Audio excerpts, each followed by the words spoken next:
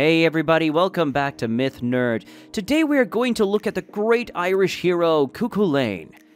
There are plenty of mythologies out there that deserve a lot more recognition simply due to how interesting they really are. The problem with this, though, is that while most people know all about the Norse and Greek mythology, for example, very few actually take the time to explore some of the lesser popular mythos around, such as the African and Irish legends of the past. While oftentimes overlooked, these two mythologies definitely deserve their very own spotlight due to how fascinating they really are. So in order to get people better accustomed to the Irish mythos, we decided to bring you a short guide on one of our favorite stories there is, aka the story of one of the greatest heroes that Irish mythology has to offer. We're talking about none other than Cuchulainn, or alternatively Cú Chulainn, the Irish warrior that serves Conchobhar, the king of Ulster. There are a lot of feats for us to cover today, including him having single-handedly defended Ulster and protecting the Irish men and women countless times. We are really excited to bring you up to speed on such an influential character, so let's not dwindle about any further and instead just hop right into it. The early life of Cuchulainn. While we would love to tell you that Cuchulainn had a very long and prosperous life, fighting his way through the muck against all odds and coming out on top, but that's not how most legends go, and it is not how the story of Cuchulainn is portrayed either. Instead, Cuchulainn lived a very short and tragic life, one full of sorrows and mischief, one full of blood and glory, and one that is still remembered to this day by the Irish folk. His mother was Dectra, the sister of King Conchobhar. She had actually been stolen by Lug, the sun god, during her wedding night. He actually is said to have appeared in front of her as a fly. She ended up swallowing the fly by accident, which resulted in her being pregnant with his child. The child's original name was Setanta, and he was pretty much instantly hailed for his monstrous feats of strength. He could swim just like a fish as soon as he was out of the womb, which was made all the easier by the fact that he had 7 fingers on each hand and 7 toes, alongside 7 pupils in each eye. His first bout happened at the age of 7, when he was forced to fight off 150 boy warriors that wanted to enter into his uncle's court against his wishes. By the time he was 13, he accidentally killed the smith's watchdog, and as such, he was tasked to guard Cuchullainn's property until he would find a suitable replacement for his loss. Because he lost his rights as a human, Setanta's name was changed to Cuchulainn, which in turn translates to Hound of Cuchulainn. In spite of his very strange looks, Cuchulainn actually grew up into a very handsome young man. He was very big and strong, while also being well-spoken and quite handsome. This made him quite popular with women. Now let's talk about the trials and tribulations of Cuchulainn.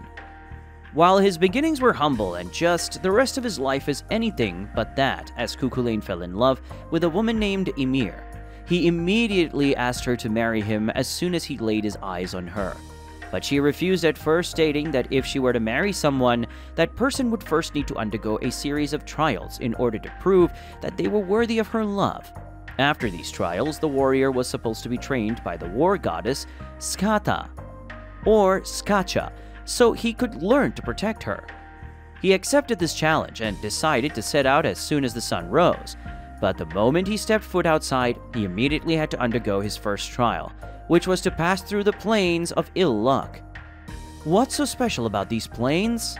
Well, the grass here is as sharp as glass, being able to cut through travelers' feet with ease. But even so, Cuchulainn prevailed. The second trial came as he made his way through the perilous glen, where a slew of monstrous animals attacked him every waking moment. But with all of that though, Cuchulainn prevailed.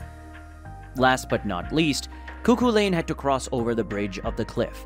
This bridge raised itself practically vertically whenever anyone stepped foot on it, making it impossible to cross over it. Cuchulainn's response, however, was to simply just jump to the center of the bridge and slide right off to the opposite side, prevailing over this last trial with ease yet again. After this, Cuchulainn started training with Skata. After doing so for a very long time, Cuchulainn decided to thank Skata for her help, fighting her enemy Aif to the death. Aif was the strongest woman in the world and by far the biggest threat to Skata's ruling. Cuchulainn fought her, but he decided to spare her after he won the bout. After the two made peace, she had his son, which they called Cornilla. On his way back home though, Cuchulainn actually rescued a princess and he ended up going to the underworld. But that's not all, as from the moment he made his way home, Cuchulainn ended up achieving his greatest victory yet. Queen Maeve of Connacht wanted to take down Ulster, so she sent out a huge army in order to steal their brown bull. When faced off against this huge army, Cuchulainn prevailed, defeating them all single-handedly. It is said that Queen Maeve had actually cursed the warriors of Ulster so that they could not fight at their maximum capacity. But since Cuchulainn was unaffected, he could easily take down the armies at once with his bare fists. His story is not all fun and games though, as during this battle he also had to fight his childhood friend, Ferdiad. Upon clashing steel, Cuchulainn ended up piercing Ferdiad's body, taking him down in a single decisive strike. From this moment on, Cuchulainn would defend Ulster against the rest of Ireland, making sure that the people of Ulster could live long and happy lives, without being enslaved by the other kingdoms. And doing this for a long time though, Cuchulainn would end up accidentally killing his own son, and eventually losing his own life after being tricked himself. She actually demanded his help after offending Morrigan, the goddess of death and battles. He was summoned to fight against an army even though he was sick and tired, and as soon as he walked on the battlefield he saw a vision of himself dead in the arms of a woman. That is when he realized that his time was pretty much up, and so he decided to fight bravely until the very end. He did so for a very long time, until eventually he fell to his knees. Wanting to die on his own 2 feet though, Cuchulainn tied himself to a pillar as he fought one last time for his goddess. It didn't take long before he was eventually overrun and killed. He was only 27 years old at this time. Now let's talk about Cuchulainn's magical weapons. Cuchulainn actually had more than a handful of magical weapons at his disposal, including his sword, his barbed spear, his visor, and his trusty Geibolga. The last of those was known for inflicting wounds so severe that no one could ever recover from them. And this is why it was the preferred tool of war that he would use to end most fights. As soon as he walked up on the battlefield, Cuchulainn would go into a frenzy, attacking everything and everyone in his sight. Through his battle cry, he would actually hurt, if not kill, hundreds of warriors out of fright, which quickly became a staple of his fighting prowess. While he did look like a very handsome and well-respected man while at home, when he was on the battlefield, Cuchulainn would transform completely. His hair would stand up on end, and one of his eyes would bulge out, while the other would disappear into his head. His legs and feet would turn to face backwards, and his muscles would start to bulge out too, making him look twice as large as he was before. A column of blood would start pouring from the top of his head, and as he rushed through the environments, he was known to become so hot that snow would melt underneath his own 2 feet. Interestingly enough, Cuchulainn would never fight alongside anyone, because when he was in the heat of the battle, he would attack everyone around him, friend or foe. We actually know of an instance in which he became so blood-hungry that he defeated all of the enemies, but he didn't stop there.